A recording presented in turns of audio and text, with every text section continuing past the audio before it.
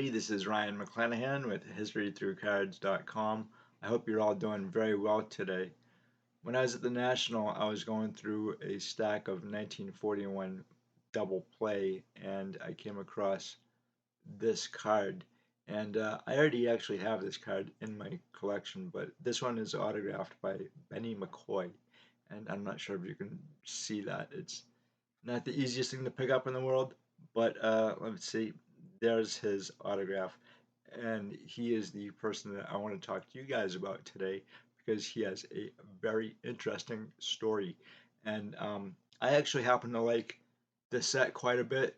It's not sexy. It's not going to win any awards except maybe photography, and that's one of the things that it has going for it. Now, I actually have been collecting this set since I was a teenager, and I have quite a number of these cards. But probably 15 years ago, I came across a dealer who had maybe half of the original photographs, and he was selling them as a actually as a whole in its entirety. And there was one photograph I really wanted, and he wouldn't sell it to me. He wanted the whole entire collection sold. So unfortunately, I couldn't get my hands on it, and I was really disappointed too, because the player in question is somebody who I knew quite well, and happens to be uh, Sibby Sisti right here, and Sibby is right here. And so, unfortunately, I couldn't get my hands on it, and again, I was really disappointed. You may be familiar with Sibby Sisti because he was the consultant on the 1984 movie The Natural, and he's got a small role as the manager of the Pittsburgh Pirates as well. You know what they say is when the one door closes, another one opens, and uh, years later, I get to come across the original photo, and this is what Gum Products Inc. Used for their cards. And which is really interesting is so we don't have an entire run of original photos. I've seen a lot of them out there, but there's a bunch that we don't know about, and who knows what happened to them. I'd say there's like half of the photos that are known now for the set. But the interesting thing is there's two different types of photos, a type 1 and a type 2. I do have a type 2, which is Leo DeRocher. I don't have that card, and I would love to get my hands on it.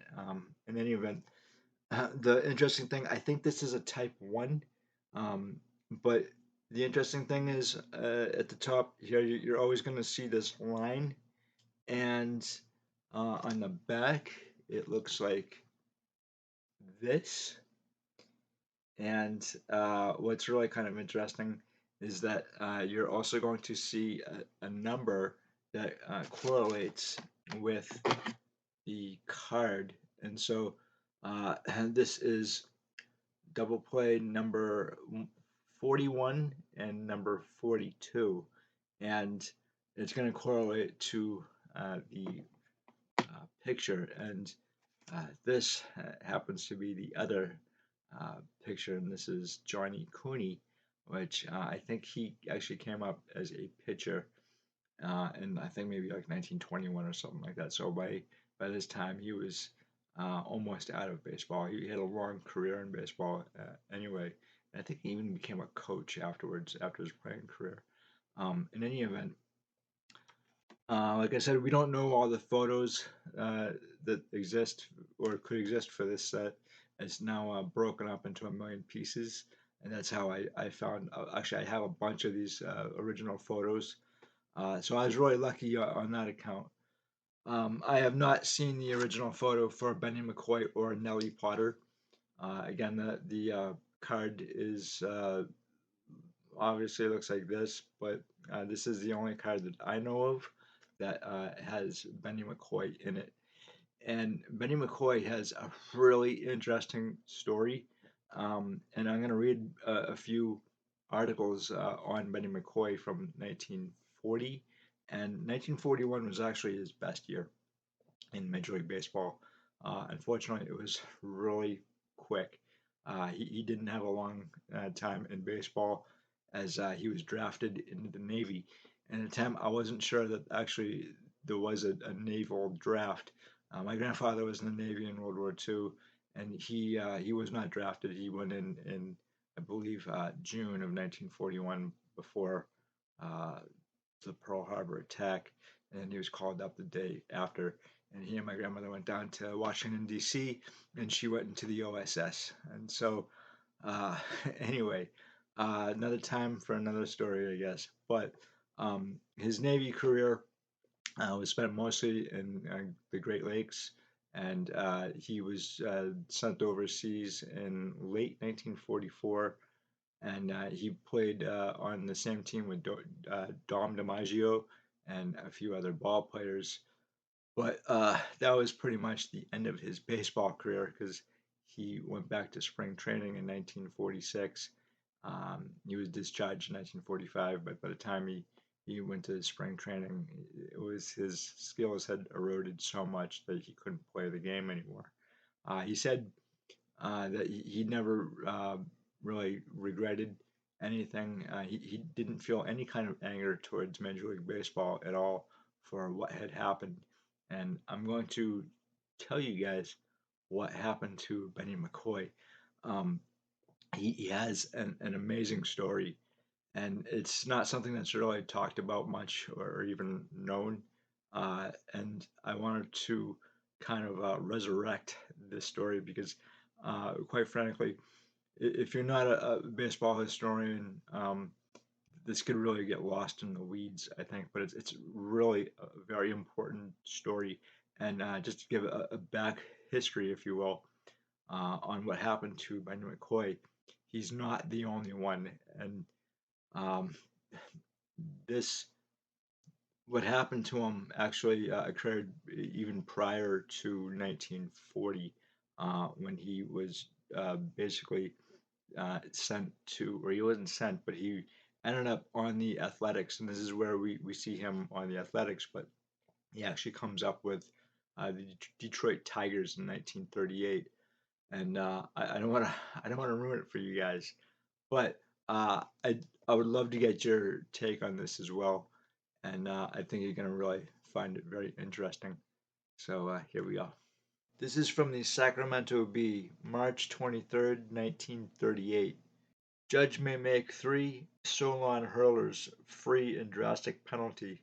Judge K.M. Landis, High Commissioner of Baseball, today announced he had made free agents all but one of the members of the Cedar Rapids, Iowa club and all the members of the Monett, Missouri club. He also fined the Springfield, Illinois club of the 3I League $1,000. His order, a 9-page typewritten document, was based on his investigation into the report that the St. Louis Cardinals of the National League extended its farming system into minor league clubs not formally listed as Cardinal Farms. Cedar Rapids is the 3I League, Monett is the Arkansas Missouri League. Landis said a list of the players declared free agents will be made public later.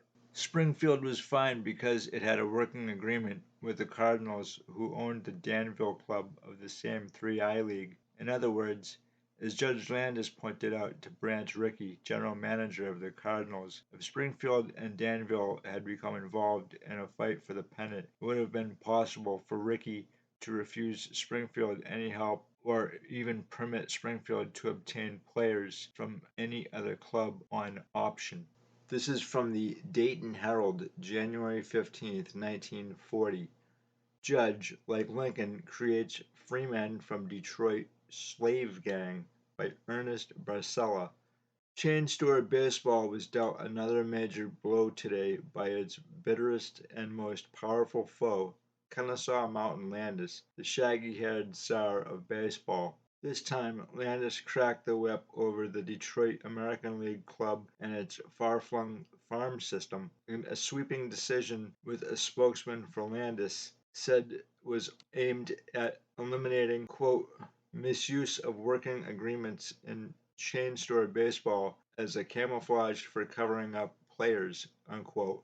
Landis. I declared 92 players free agents, including infielder Benny McCoy, outfielder Roy Columbine, pitcher Paul Dizzy Trout, and two other players on the Detroit roster. 2. Directed Detroit or five other clubs, which acted for Detroit to pay a total of $47,250 to 14 other players in lieu of free agency, a penalty tantamount to a fine. 3.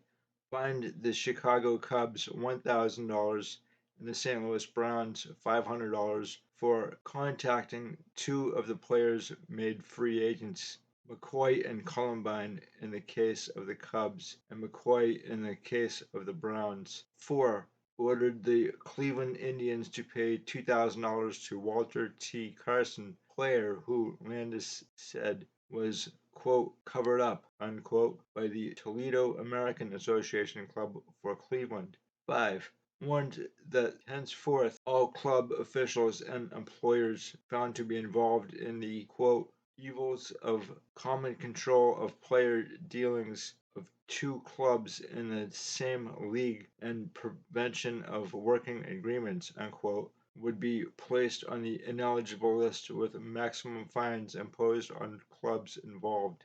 6.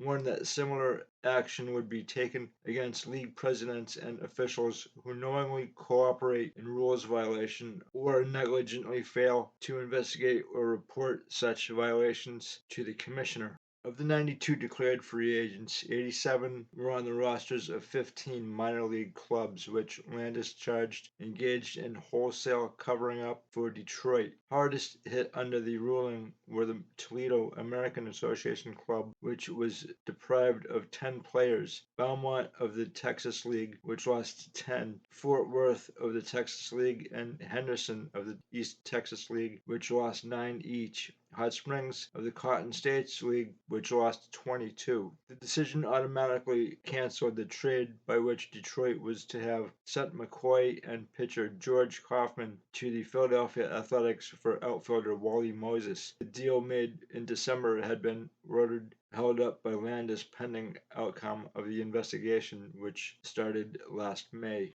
Spokesman for Landis said the decision was one of the most sweeping ever made in baseball and overshadowed that of March 22, 1938, when Landis declared more than 100 players in the St. Louis Cardinals chain system free agents and fined the clubs involved a total of $2,176. Landis' most recent blow at chain store baseball came during the baseball meetings at Cincinnati last December, when he cast the deciding vote against amendments designed to improve and broaden chain store baseball. In a 7-page mimeographed ruling handed down yesterday, Landis specifically charged that Jack Zeller, general manager of the Detroit club, abused the working agreement privilege by making secret dealings, and that, contrary to baseball laws, Detroit controlled more than one club in a minor league. Landis held that Detroit controlled two clubs in the Texas League, Belmont and Fort Worth, and two clubs in the Evangeline League, Alexandria through Belmont and Lake Charles through Beaumont and Fort Worth. He asserted that Zeller used form letters and that he had illegal understandings with all his working agreement clubs. In connection with all the illegal agreements, Landis said false certificates of club relationships and connections were officially filed by all the clubs concerned. Players were transferred without filing proper agreements under fake agreements. Involved with Zeller in the illegal arrangements, according to Landis. Findings were Cecil Coombs, former Fort Worth business manager, President Milton E. Price of the West Texas, New Mexico League, President J. A. Gardner of the Texas League, President J. Walter Morris of the Texas League, and President Waldo Shack of the Toledo Club. Landis quoted President Thompson of the Fort Worth Club as having said at one of the hearings, quote, Combs thinks Zeller is the smartest and greatest and wisest man that was ever in baseball. He just worships him, and I don't think he would ever do scarcely anything unless he talked to him. Combs was entirely dependent on him for guidance, and we should have had a manager that could have stood on his own feet. Unquote. Besides Detroit, Toledo, Beaumont, Fort Worth, Henderson, and Hot Springs, other clubs affected by the free agency ruling were Seattle Pacific Coast League, Evansville, and Springfield, Illinois 3I League, Alexandria and Lake Charles Evangeline League, Shreveport, Texas League, Tulsa, Texas League, Jacksonville, Texas East Texas League, Fulton, Kitty, Tiffin, Ohio League. Landis said bidding for the 92 free agents cannot begin for 15 days. Detroit and clubs operating with Detroit in these rules violations will not be permitted to contract with any of these players for 3 years. The Cubs will not be able to contract for McCoy or Columbine for 3 years. A similar restriction was imposed on the Browns in the case of McCoy. Landis also ruled that all player transfers except on waivers between Detroit, including Beaumont and other subsidiary and affiliated clubs, and Toledo, Fort Worth, and Lake Charles, or their subsidiaries or affiliates, are prohibited for 3 years. He also canceled a $19,849.75 note due Detroit from Toledo, subject to any questions which may be presented or subsequent determination, and canceled a $2,940 promissory note with 2% interest due Detroit from the Charleston, West Virginia club. This is from the Baltimore Sun, January 30th, 1940. Benny McCoy signs with the Athletics, gets bonus and 2-year contract. Deal handled by Earl Mack. 22-year-old Benny McCoy found the pot of gold at the end of the rainbow today. The former Detroit Tiger infielder signed a contract with the Philadelphia Athletics that will net him a total of $65,000 in the space of 2 years. McCoy, who is one of 91 Tiger chattels declared free agents by Baseball Commissioner Kennesaw M. Landis 15 days ago, announced that the 7th place A's of the American League had presented him with $45,000 in cash and a 2-year contract at $10,000 per annum for his services as their second baseman. Earl Mack, son of Connie Mack, the 77-year-old leader of the Philadelphia club, was on the scene and won the bidding battle principally because he was able to assure McCoy that he would play regularly in the infield. In the fight for the services of McCoy until the last minute were the Cincinnati Reds and the Pittsburgh Pirates, both of the National League. Quote, I offered McCoy the same terms as the Athletics and the chance to be with the team that won the National League pennant last season, said Bill McKechnie, manager of the Reds. Quote, but I could not guarantee that he would be a regular at second base. After all, Linus Frey, my second baseman last season, is a good ball player, and I told Benny that if he came with us, he would have to beat Frey out for the job in order to play regularly, and he will be in good hands with the Athletics, though. Pirates, who offered McCoy a $35,000 bonus some time ago, boasted an ante today. Benny said, but here again he faced the prospect of a fight for a regular job, this time with Pep Young. President William Burnswanger of the Pirates carried on negotiations with Benny by telephone. The $45,000 bonus McCoy received today is the largest amount any free agent has ever collected. The previous high was the $25,000 the St. Louis Browns paid to catcher Rick Ferrell some years ago. That was 1928. It is also the largest sum the Athletics have expended for a player since Robert Moses Lefty Grove was purchased for $106,000 from Baltimore for the International League in 1925. Grove was a leading performer of the A's, won pennants in 1929, 1930, and 1931.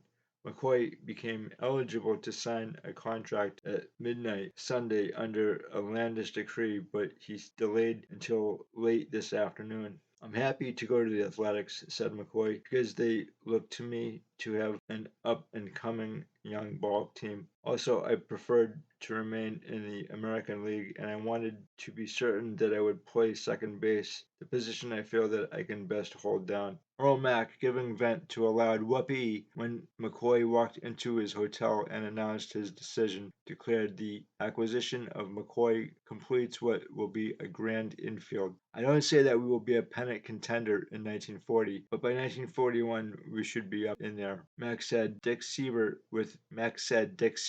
with the A's last year would be at first base again. McCoy at second, Bill Lillard with Baltimore Orioles last season at shortstop, and Al Rubling, a rookie from Atlanta, at third base. Incidentally, Philadelphia paid Atlanta $35,000 for Rubling. The Brooklyn Dodgers withdrew from bidding for McCoy when their dynamic president, Larry McPhail, a native of Grand Rapids, sent McCoy a telegram explaining that he thought it was in the best interest of the Dodgers and Benny that he go with some other club. The Boston Bees of the National League and Washington of the American were not interested in topping the Philadelphia and Cincinnati offers, McCoy said. McCoy was utilized at third base, second base, shortstop, and in the outfield during his 4 years in the minors before joining Detroit midway through the 1939 season. When Charlie Gehringer, Detroit's star second sacker, suffered an injury,